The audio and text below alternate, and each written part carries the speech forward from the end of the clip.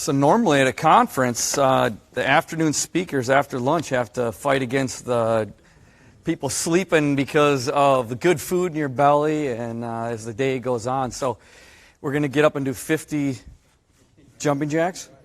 No? Okay. If we go to the Bible and you go beginning to end, you'll find that there are 8 people that were raised from the dead other than Jesus. Jesus is number 9, but 8 people other than Jesus raised from the dead. Has anybody here ever met one of those people that were raised from the dead in the Bible? No. Because what? Every one of them died again. So my story, the testimony that I'm going to share with you, I was literally dead several minutes at the scene of an accident, prayed back to life 3 times by a Christian woman who came and showed up. But just like you and just like the 8 people from the Bible, I'm going to die again. So the biggest miracle we're going to see, it's not working? Okay. The biggest miracle we're going to see is not that someone would be raised from the dead, but I think the biggest miracle would be that if someone gets to spend eternity with God in heaven. Amen? We travel around, and I share this testimony and minister anywhere from 150 to 170 services like this in a year, any given time. So it's just basically, lots of plane flights and driving and going over and doing it. In fact, last night flying up here, or down here rather, I had tried to, just take a brief nap on the plane. I fell asleep and I had missed the service, right? So I didn't get the drink or the little cookie or whatever. But then when the lady came back through to pick up the garbage, she woke me up to pick up the garbage, and I'm looking for the garbage.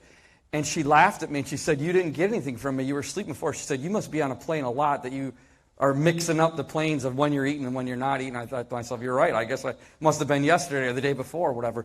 So I get to travel around and share this testimony with people. And I hope that, a couple things. When you leave, maybe some clarity about your own journey, but also just to be encouraged that God is alive and well and still in the miracle business. Amen? So these 8 people that are raised from the dead in the Bible, all of them died again.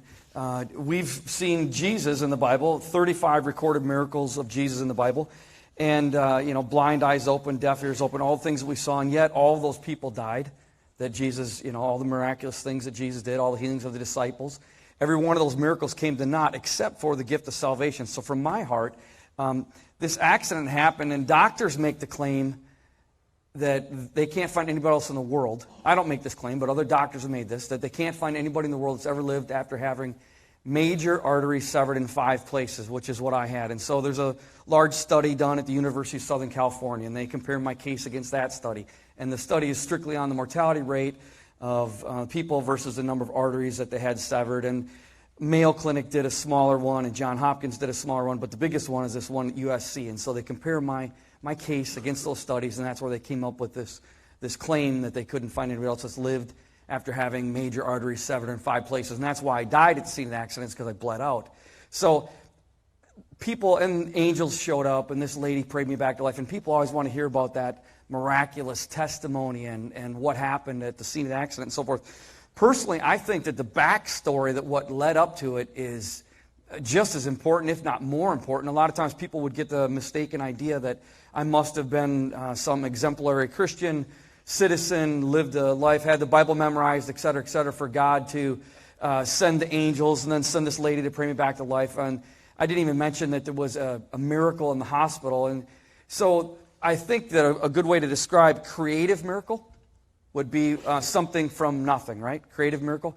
So doctors removed almost all of my small intestine. I'm told that the average adult has between 18 to 20-some feet length of small intestine. 18 to 20-some feet is what they had told us, kind of like an average. And so when the truck fell on me and my intestines were crushed and I lost from my, it goes esophagus and then stomach and then duodenum, which is kind of like a funnel-shaped piece that goes to your small intestine. And so about halfway across my stomach down was destroyed. And so adults, 18 to 20-some feet length of small intestine, and I ended up with 2 pieces that they saved, and they sewed together about that much. And they had to make part of my stomach and make a duodenum. And so I had about this much, which they said isn't enough to live. And so I'm dying in the hospital, literally starving to death, being fed intravenously.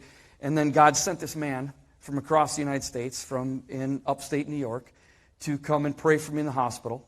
And God did a creative miracle and gave me, they say, approximately half, so 9 to 11 feet of intestine out of nowhere. Like, creative miracle for real.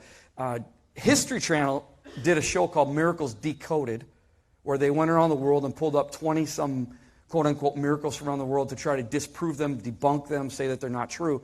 And they did 8 episodes, 3 testimonies or stories per episode, and they saved my testimony or story for the last episode, last story, because it was the only one out of 24 that there was so much medical documentation of the before and after CAT scans, x-rays, etc., that they had to admit about the 5 arteries being severed, as well as this several feet of small intestine came absolutely out of nowhere, instantaneously, not over a period of time, instantaneously after prayer.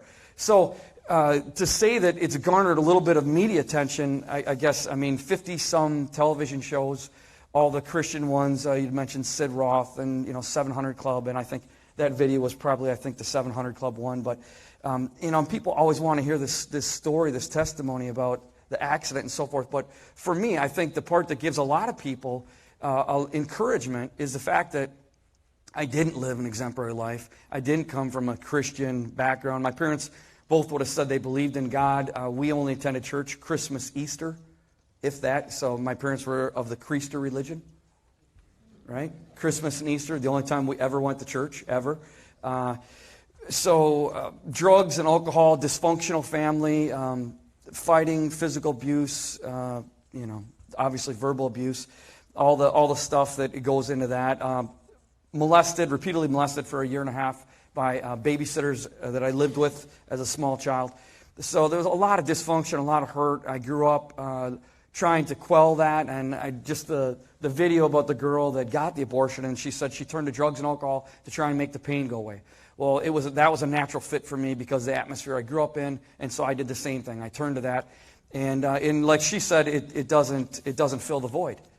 It doesn't fix the problem, and it doesn't matter what the addiction is, right? And so some people could, say, well, maybe I've never done drugs, or I've never been an alcoholic, but maybe the person tries to fill the void through eating, or maybe it's gambling, or maybe it's pornography, or it could be their job, it could be a hobby, anything that we run to for affirmation, anything that we run to try and make ourselves feel better, anything that we run to get peace in our heart, really becomes an idol. An idol is anything we like, love, trust, or desire more than God. I'm just going to say that again. An idol is anything that we like, love, trust, or desire more than God. Anything that we run to other than God to get peace. And so, a husband or a wife could be an idol.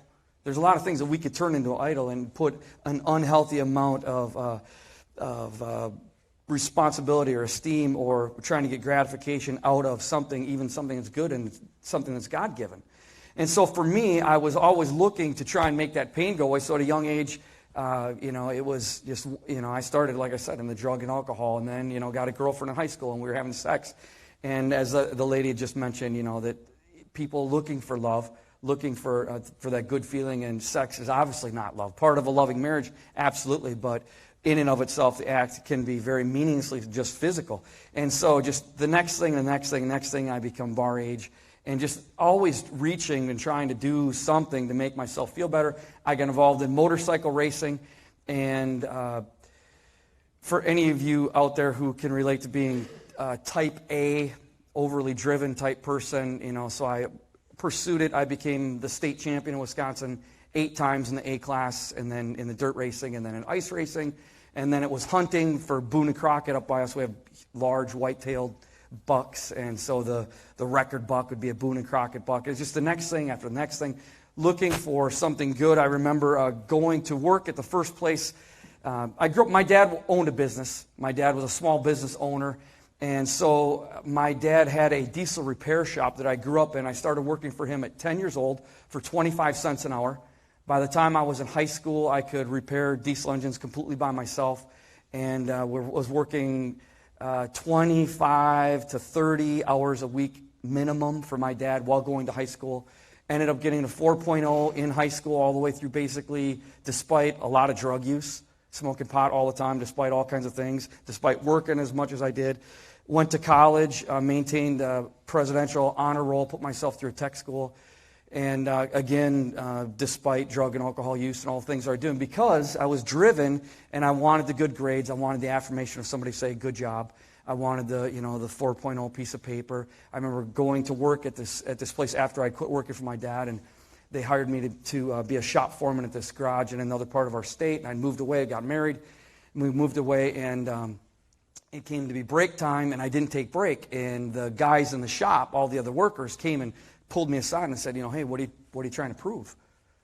We take breaks, and if you think that you're trying to make us look bad by not taking break at the break times, and they started giving me a hard time, and I just said to the guys, look, I'm here to do a job. I'm going to give it 110%. I'm not here to make friends. I don't care what you do. Do whatever you want. I'm going to work. And when I was working, I'd literally be like running back and forth between the vehicles and doing stuff, and then I'll look at me like I was crazy. And so there's this big board on the wall that had everybody's productivity. And, we had each guy had a productivity with a number, and it was all percentage out by the week and so forth. And I was blowing these guys away. I'm way over 100. I was like at 130%, and the next guy was like at 90%. And what I really wanted, the reason why I was pushing that hard, I'm telling you this for the reason of this. I wanted the boss to come pat me on the shoulder and say, I'm proud of you. Good job. I was looking for that. I was seeking for that. And people will do all kinds of things in life to reach and seek, and even sometimes the reason why people are driven, the entrepreneur, the CEO, is the skeletons in the closet, the things that are driving them on that nobody even knows about from their past. The Bible tells us in Ecclesiastes 9:10, whatever your hand finds to do, do it with all your might. And so we can do these things with all our might. And even, Christians, I believe it's a Christian room today. And Colossians 3:17, and whatever you do in word or deed, do it all in the name of the Lord Jesus, giving thanks to God the Father through Him. And we can, as Christians, engage in something and give it our full, everything that we've got. Do it with all our might, and yet be struggling, and yet feel like there is something missing. And a lot of times, I believe the reason why is because there's been a recurring theme. I don't know if you've caught it yet today, but the recurring theme with all of the speakers has come back to this thing of, the one gentleman said, you're invited into your destiny, right? Somebody else said, join with God's plan, that God has a plan. God has a plan for each of us, and we get to make a choice if we're going to enter into His plan, if we're going to choose our plans. And if we choose our plans, we can be successful in the world's eyes. We can give it everything we've got, but there's always going to be something missing. God puts a grace upon the lane that the one fellow said today, right? Stay in your lane. Well, God creates us a certain way, and we're gifted to run a certain lane, and we can go in another lane. There might even find you might even find some success in another lane. But if you're not gifted, if you're not graced for that lane, there's going to be something missing. It's always going to be an uphill fight. It's always going to be a battle because you're not truly walking in the destiny or the plan that God has for you. At lunchtime, I was out on the bench out there reading the Bible and praying, and I came across this in Proverbs 19:21. There are many plans in a man's heart. Nevertheless, the Lord's counsel, that will stand. It's God's plan that really counts. It's God's destiny for our life that matters. And I thought it was, racing motorcycles, and I ended up becoming a champion in 6 states in the late 90s, and I was winning the whole Midwest. And I thought maybe, professional motorcycle racing was going to be the way I was going to go. And then it was the next thing. I didn't have a happy family as a child at all. And so I got married with the expectation that I was going to create the happy family that I got robbed out of as a child. And I put a lot of responsibility on my new wife that she was going to make me happy. And now, after being in several years of ministry, I counsel with people who've gone through divorce, going through divorce, and a common theme I hear them say is, he or she never made me happy. He never made me happy, she never made me happy, and guess what? They never will, because they can't, because only God can.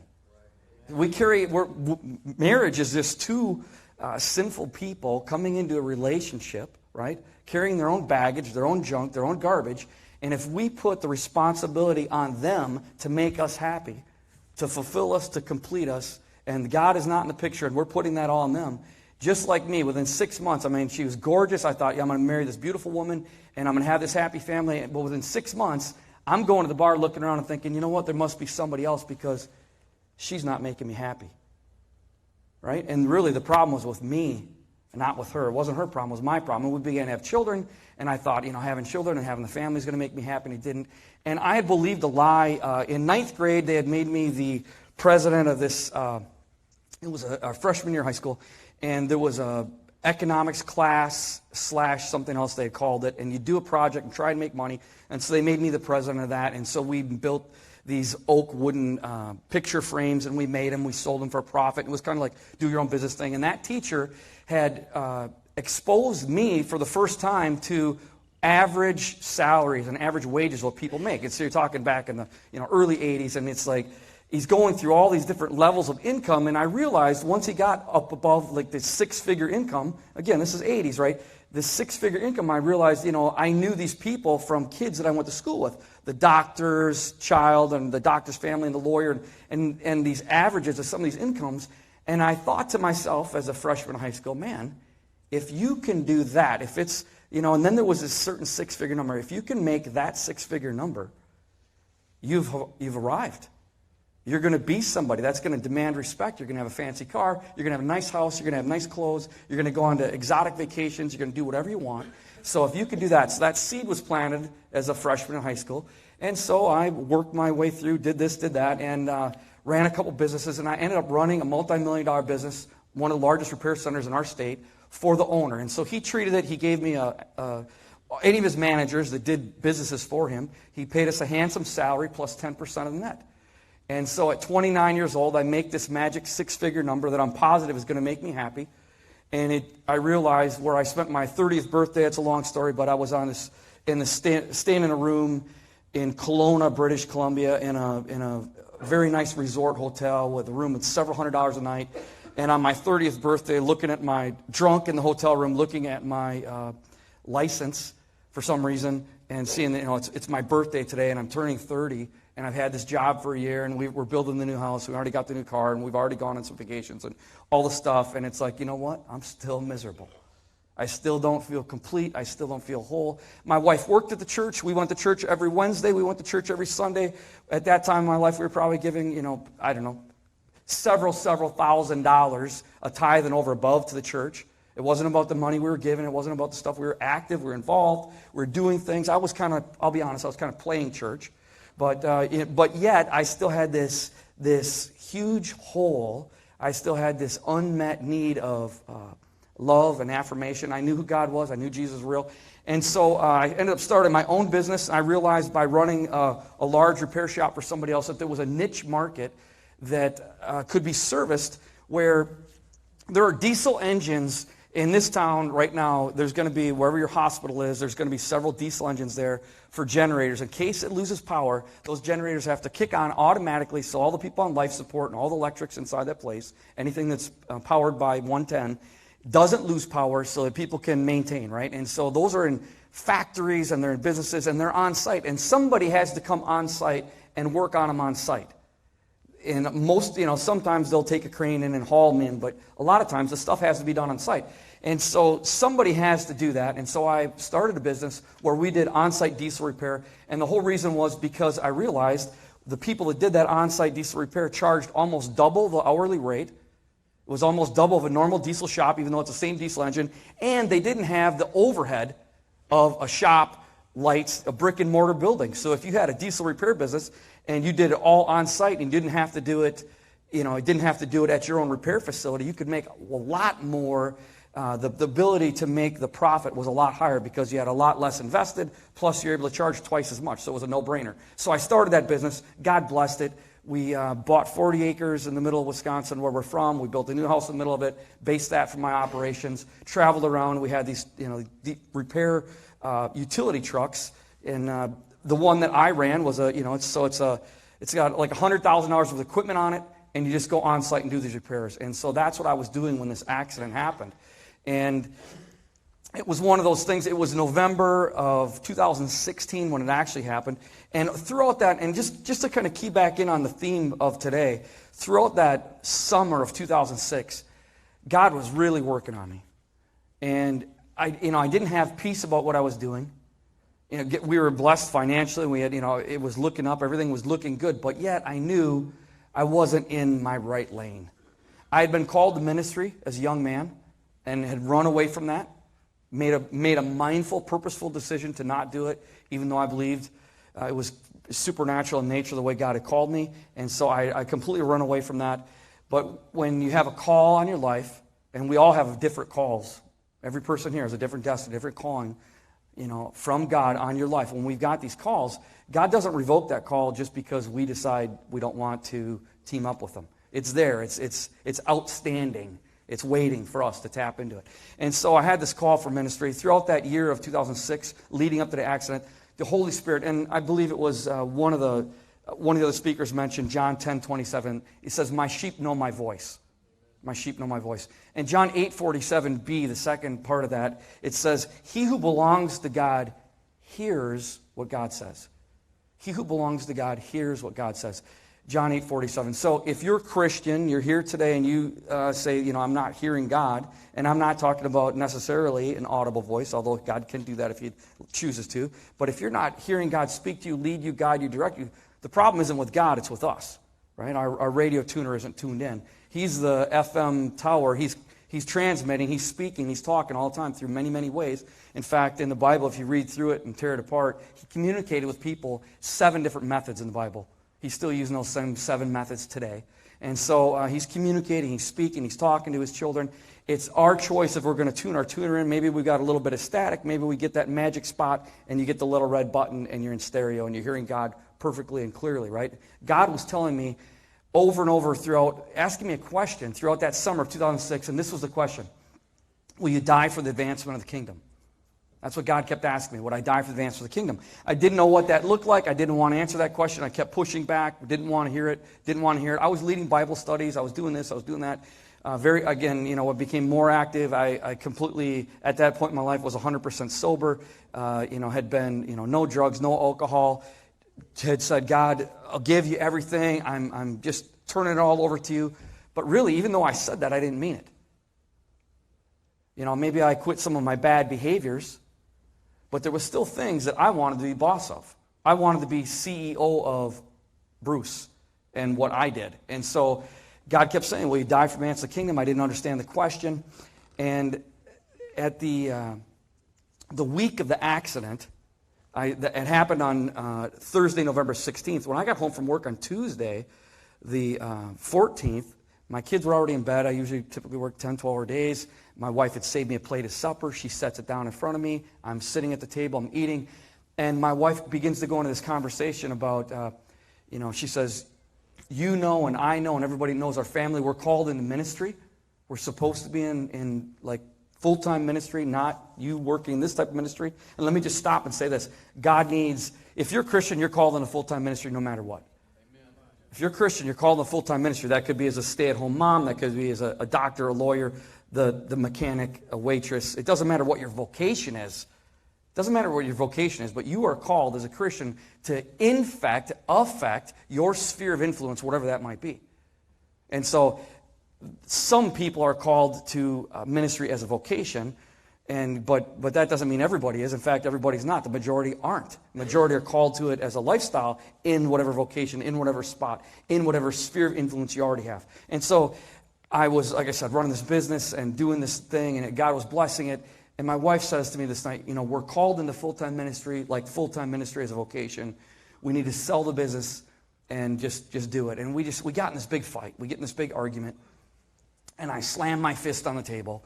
And I said, I'll just be honest. I said, woman, shut up.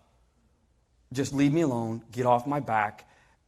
You got a money tree out here in the 40 acres that I don't know about? Is there some money tree planted out here that I don't know about? Because if there isn't, who's going to pay the mortgage? Who's going to pay for your new van payment? Who's going to pay for us to go to Hawaii next month? Who's going to, I start going through all this, our lifestyle, and I'm saying, who's going to pay for all that? If we go into ministry, what's that even going to look like? Again, it's this big, ugly argument. She's saying, stop, don't go back to work tomorrow. Just let today be the last day of the business, please. And it was uncharacteristic of my wife. We had never had this conversation ever one single time. It gets really weird. I'm just begging her to just stop, just leave me alone. And finally, she stands up and she puts her finger on the end of my nose like a good, strong woman can do sometimes. And 3 times my wife said to me, BruceVanNatta, what is it going to take before you are obedient to God? Wow. She said it 3 times. Well, 2 days later, November 16th, 2006, I found out exactly what it was going to take before BruceVanNatta was going to be obedient to God. I finished the job that I was working on. I got done. I'm getting ready to walk out the door, and the guy says to me, who is the on-site mechanic at this logging company, hey, before you go, would you look at one more thing? I'm thinking, 2 minutes, 3 minutes, no problem. I left my house that morning at 6 a.m. I got there at 7 a.m. I looked up at the clock for some reason. It was 6:10 when he asked me that question, and I'm thinking it's an hour drive back, so I'm going to have a solid 13-plus hour day in. And I said, what is it? And he said, I've got this dirty area on this engine. I think it must be seeping oil. Can you diagnose where it's coming from? I said, sure. I'm factory trained. It was a Caterpillar diesel engine. I was factory trained at Cat. I knew that series engine. I knew there's like 2 or 3 things that it could be. I mean, it's going to literally take me 2 or 3 minutes to point and say, that's the problem. I'll come back at a later date, order the parts, whatever, or send somebody over. We'll get it done. So I go underneath this, like you saw in the video. I go underneath this truck. If you were to look, if you're here today and you've never had the opportunity or maybe the desire to look underneath a big truck. If you had the big chrome bumper, what the new trucks have got a lot of painted or plastic bumpers, but if you were to get on your knees and look underneath from the front to the back of these trucks, you'd see that the lowest thing to the ground is the front axle. And the reason why is on a large Class 8 truck, here's your 2 front wheels that move when you turn your steering wheel. Out of the middle of those wheels is an axle. It connects and drops down on both sides. It goes from the left to the right. This axle is about this wide, deep rather, front to back, about that tall. And again, it goes all the way from the left side to the right side. And there's only maybe that much space between the bottom of that axle and the cement or whatever the truck is on.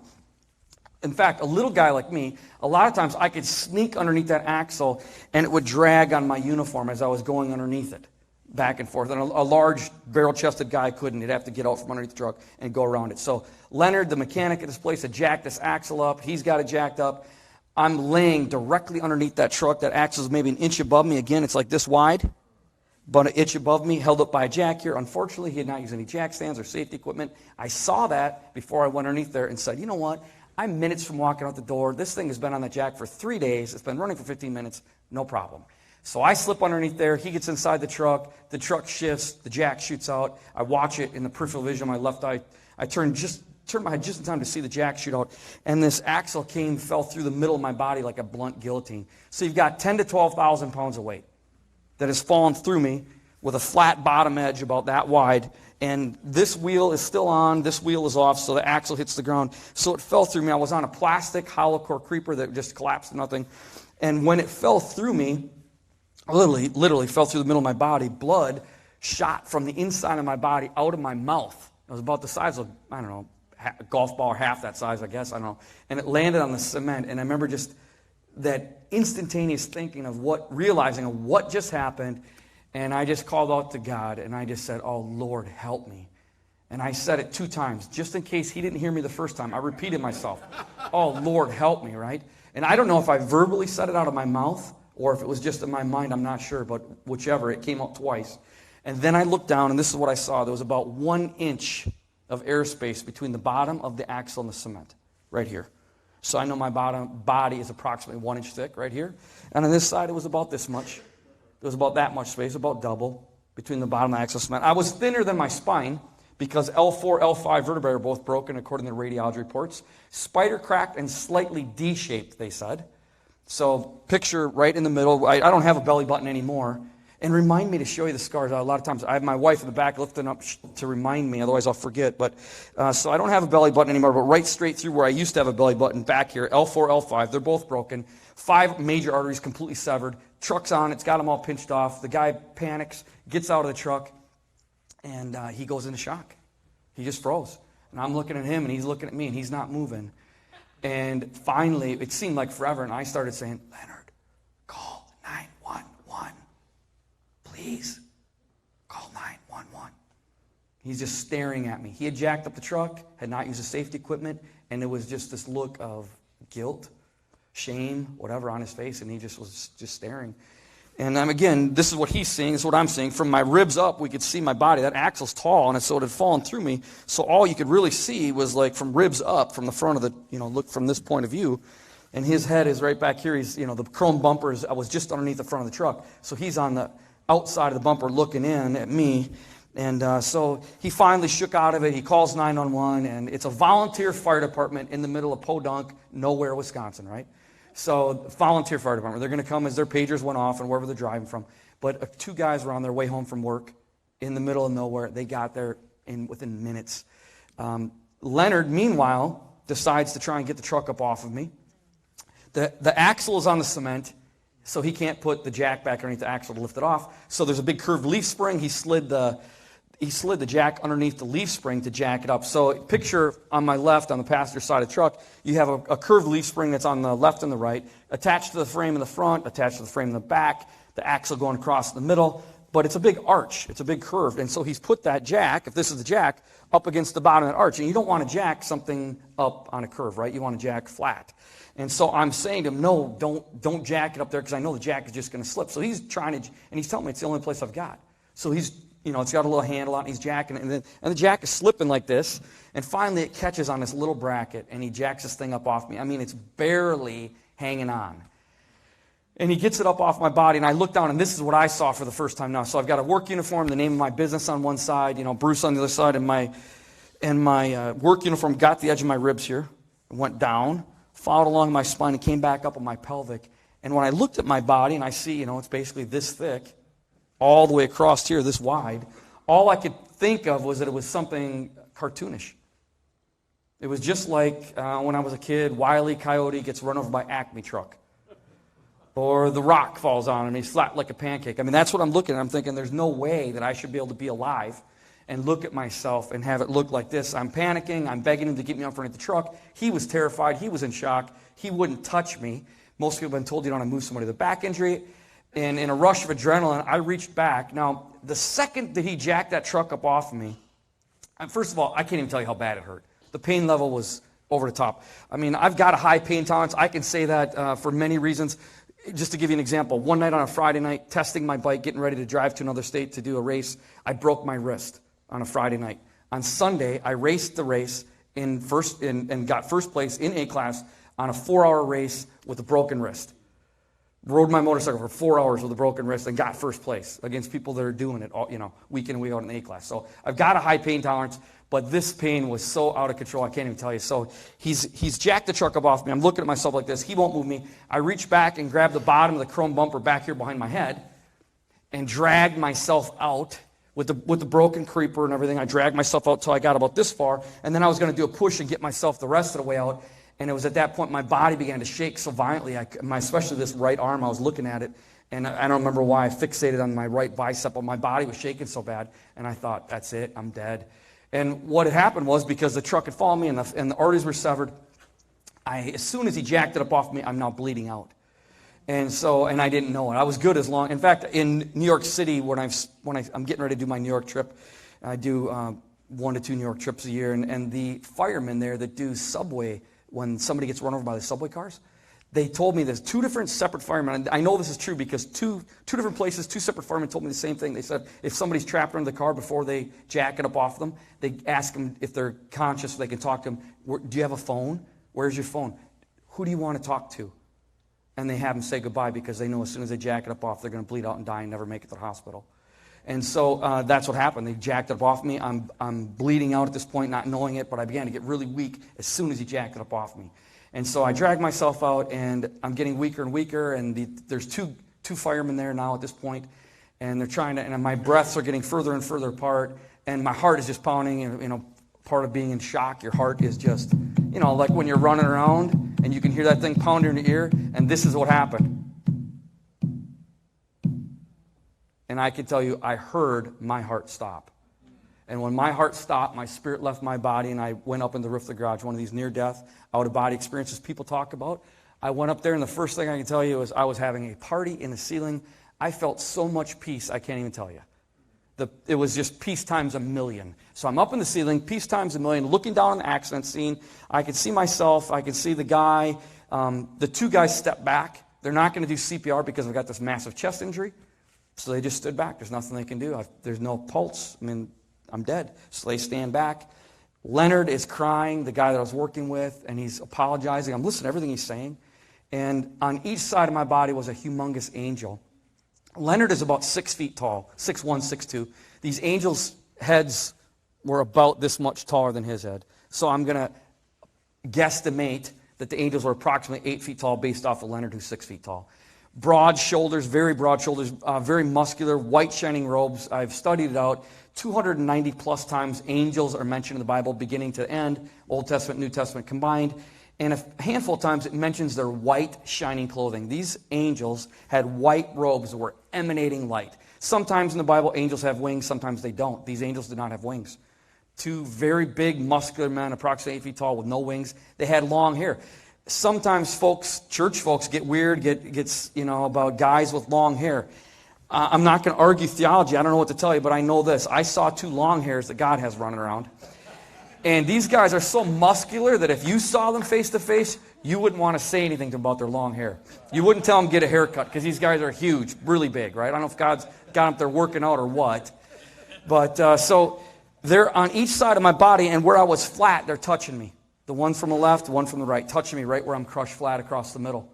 And I'm just watching it all. I'm like, oh, look, those angels are down there to help that guy. I didn't even know that guy was me. And as the people were showing up, and now there's like 10 people there, and the last 2 people to get there came in the wrong door. They came in the back door. Everybody else came in the front door. It was a man and the oldest guy there, and a red-haired woman, the only woman. And she came up, her and him came in the wrong door. I'm in above watching, right? And everybody else came in the main entrance, but her and him came in the back door. They came up the driver's side of the truck. She got down between the angels. She's feeling for a pulse. She can't understand why everybody's standing around, nobody's doing anything. At this point, no heartbeat, no pulse. Depending on now, they amongst themselves argue about the amount of time. 6 minutes, 7 minutes, 8 minutes, 9 minutes, 10 minutes. That range, 6 to 10 minutes, somewhere in there. No heartbeat, no pulse. And she gets down between the angels. She's trying to find one. There was a guy I'm watching from above. There's a guy on the passenger side. He had bibs on. He had his arms crossed. He said to her, he's been dead several minutes. Don't waste your time. There's nothing we can do. And all of a sudden, this woman goes to slapping me in the face, slapping that guy in the face. And she starts saying, in the name of Jesus, right? She's praying. And she prays me. So I'm up here in the ceiling, and she prays me back in. Now, she wasn't doing CPR. She wasn't doing anything medical. This was get this, 2-month-old baby Christian. 38-year-old woman. She had been believing in Jesus for 2 months, right? She had not gone to church. She had only been reading Matthew, Mark, Luke, and John. Matthew, Mark, Luke, and John. Matthew, Mark, Luke, and John for 2 months. She shows up at the scene of the accident and prays me back to life. So I come back in, and when I go from feeling the best feeling I've ever felt in my life, this amazing peace, right? And now I go back into my body to the worst I've ever felt, and I just, have to admit, I said, oh, fertilizer, not the same word. And it's like, oh man, this hurts so bad. I'm the guy underneath the truck. And then it all came back to me. The truck followed me, and I remembered it all. I was like, oh no way. I don't want this at all. I don't want it. When I made the choice, I made the decision to say I don't want it. My heart stopped. My spirit left my body. I went right back on the roof of the garage. I looked down. The angels were still there. She's between the angels. She's figuring, feeling for a pulse. She can't find a pulse again. And a tunnel opened up going out of the roof of that garage at about a 45-degree angle on my right side, just like this. People talk about the tunnel with the light on the end of it. There it was. And next thing I knew, I got in the tunnel. I was going towards the light. I could no longer see the accident scene. I was going towards the light. I was very excited. Very excited. I was going to meet Jesus in heaven. I knew that I knew. Heaven was on the end of the tunnel, and I was going there. So I was rocketing away in the tunnel, but I could hear her somewhere behind me. I couldn't see it, but I could hear her calling my name, and just calling me back. And I stopped in the tunnel, and I got sucked backwards out of the tunnel. I'm back in the garage. I'm looking down again. There's the angels. There she is. I go back inside my body. Now I'm back inside my body again. Again, this horrible pain comes back, and I'm saying, I don't want this. And it was weird because I looked down. I saw the angels. Now, it's the second time I've been above. I saw the angels. But when I got in my body this time, I looked on my left and I looked on my right for the angels. I couldn't see them with these eyes, which confused me. So I'm back in my body, and I didn't see God, but I know God spoke. And he simply, very calmly said this: if you want to live, you're going to have to fight, and it's going to be a hard fight. No time for long theological debates or questions or anything. Just simply, very matter-of-factly, calmly, if you want to live, you're going to have to fight. It's going to be a hard fight. I thought about it for like 2.2 seconds. I said, forget this. I don't want to live. I don't want to fight. And when I said no, my heart stopped. The third time, my spirit left my body. I went up the roof of the garage. The tunnel opened up. I got in the tunnel. I went towards the light. The second time, but this persistent, zealous baby Christian. You know, the baby Christian before they get lukewarm or apathetic. I mean, they're really on fire for God still. She prays me back to life again, and I come back out of the tunnel, back into the roof, back into my body. I'm not happy with this woman at all, right? And I remember she's right here, and I'm looking at her, and she's looking at me, and I'm thinking, lady, and when I came back in, she says to me, mister, you're on the verge of life and death. I'm thinking, lady, you have no idea what I'm seeing. She says, what do you have to fight for? Do you have a wife? Do you have kids? Do you have anything in this world to fight for? Because if you want to be here, you need to fight. And I realized God was now speaking through her. I recognized the same still small whisper that had said to me, if you want to live, you're going to have to fight. It's going to be a hard fight. Now she says, what do you have to fight for? And then reminds me, I totally forgotten that I was married. I had 4 small children. It never even crossed my mind because of the pain and the craziness. And I couldn't fight for myself because it hurt too bad, but I could fight for my wife. I could fight for my kids, especially for my kids, man. And so she said, keep your eyes open. Don't leave. Stay here.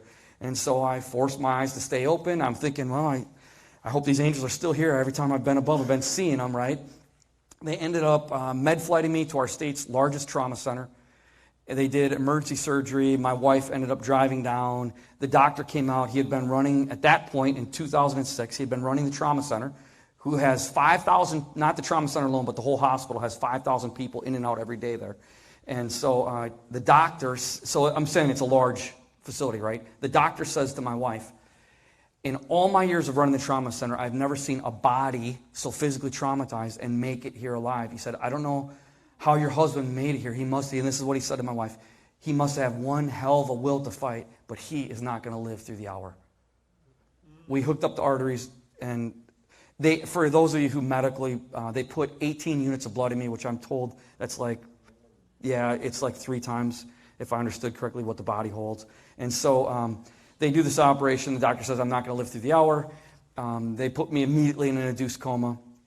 And the next morning, I'm still alive. My wife and the church people from our church gather, and because he said I wasn't going to live through the hour, every 30 minutes of life, every half hour, every 30 minutes I was alive, they got in a circle and thanked God for 30 more minutes of life. Amen. And they did it all night long. And the next morning, my wife said to the doctor, are you going to, because he said, his stomach, his intestines, all this stuff is so badly destroyed, are you going to do anything? And he's like, he can't tolerate any more surgery. So he waited until about 11 o'clock that day. They ended up operating on and off for the whole week. They kept it open, and they just packed it and had these little clamper deals, and they'd clamp it up, and they'd operate on me a little bit, and then the next day they'd do some more operation. They did that for a week. I stayed in induced coma for several weeks, came out of it. They said to my wife, there's a good chance because of it. So again, medical people, this will mean something to you. From the point that the truck fell on me at 6:15 p.m. until they operated on me, over 2.5 hours had passed with 5 arteries completely severed. They said, you should have died in about 2 to 3 minutes, is what the doctors told me later. 2 to 3 minutes, you should have been dead. They said 8 to 10 minutes bleed out if you have 1 major artery severed, but because you had it in 5 places. And then there's some debate because one of them, it was actually the same artery severed in a couple different places, so they said that one doesn't actually count for the full 5. But anyway, the whole point is I should have bled out at 2 to 3 minutes and been dead right when my spirit left my body the first time after they took the truck up off me. So God kept those angels there for those 2.5 hours or whatever he did. And they said I wasn't going to walk again, that I was going to be, all these things, and I could, there's possible, brain function. And this is right away in the first however many days. I tell my wife, he could very well be brain dead, and all these different things that they were saying.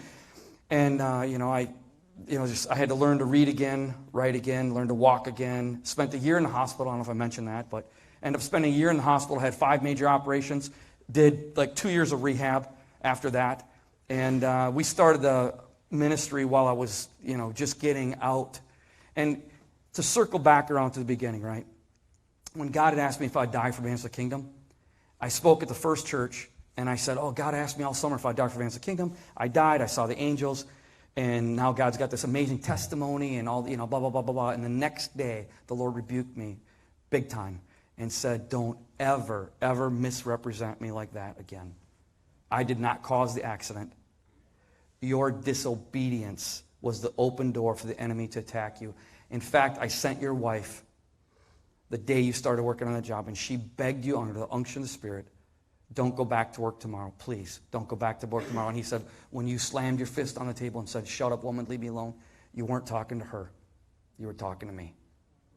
And because of your disobedience, because of your willful disobedience, you came out from underneath my umbrella of protection. I knew what the enemy had planned, but I couldn't do anything overriding your free will. So these scars are actually the scars of disobedience. I didn't have to spend a year in the hospital. I had been a workaholic. Like I said, I worked through high school. I worked through college. I worked full-time hours in college. I worked 50, 60 hours a week, gave it 110% for many, many, many years, still do. And I had saved up a lot of money. Despite my drugs and alcohol and whatever, we had made investments, and I had saved up a lot. I lost everything. I didn't have workman's comp, and I had 80-20 insurance. My 20% was $400,000. Blue Cross Blue Shield, 80-20. My 20% was $400,000 when it was all said and done. So we lost everything except our house.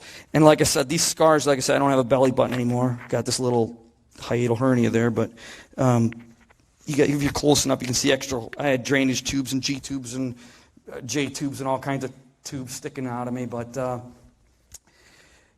God has given us all certain gifts.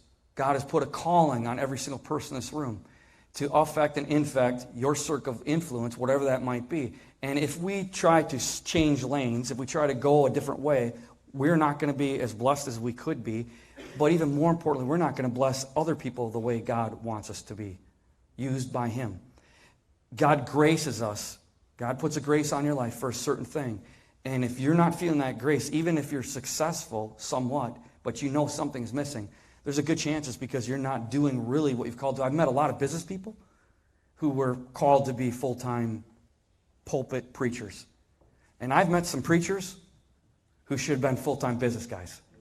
You know what I mean? We got to pick our lane. God picks the lane, but we got to team up with Him, right? Does that make sense? Well, the join with God's plan, right? We're invited into our destiny. I couldn't imagine that millions and literally on the views, YouTube views and all that, and TV shows in the last, 2008 to 19 to 11 years or whatever, millions and millions and millions of people have heard this testimony. Every year in person we see at least 1,500 to 2,000 people make decisions, raise their hands, stand up, sign a card. I want to receive Jesus as my Lord and Savior. There's over 50,000 of the first copy that it was actually a Christian bestseller, the first book, Saved by Angels. We give them into prisons and jails. We've built orphanages and schools. We do that in third world countries. 2 different third world countries build orphanages and schools. I do a lot of prison and jail ministry. The majority of what I do is speak, whether it be at schools or mainly churches, but jails, wherever God opens the door. And we see God reach in and touch people's lives, and we pray for the sick. And I know there's going to be opportunity at this point. We're going to, if people want prayer, there's going to be a team list. I'm not going to be the only one. Maybe some other pastors and leaders and stuff. We'll just gather in the front and pray. But I just really want to encourage you. Really, if you're not feeling the peace that surpasses all understanding in your current situation, and it doesn't matter how long you've been in that spot, maybe you need to pray about asking God, am I pursuing the destiny that you have for me, or am I pursuing my own destiny? Am I pursuing my plans, or am I pursuing your plans?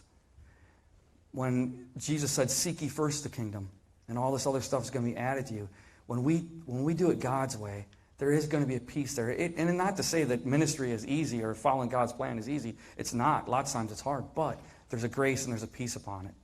And if that's missing from your life, maybe it's a refocus time. Maybe you need to say, God, am I really doing what you've called me to do, or do I need to make a change? And it's never, ever too late to make a change. Amen? Can we just close with a prayer? Lord, we just thank you that you are always good, always loving, always kind, always faithful. God, I thank you that you're not the author of confusion. You're not the author of bad things. Jesus, you made it clear. You said it's the devil who comes to steal, kill, and destroy. You came that we might have life and have full that abundant life. And so we thank you that you're the giver of good gifts and that you are always faithful, even when we're not, God. You're trustworthy when we're not. We give you all the honor and all the glory and all the praise. And we just magnify you, Jesus. You are King of Kings. Help us to be obedient. Help us to just go after what your plans are for our life. Not our plans, not the plans that other people have had for us, not the plans that our spouse has for us, but whatever you tell us, God. Help us to be obedient to your plans so that we can truly carry out your destiny in our lives. Be blessed and to be a blessing. And all God's children said, amen. All right, amen.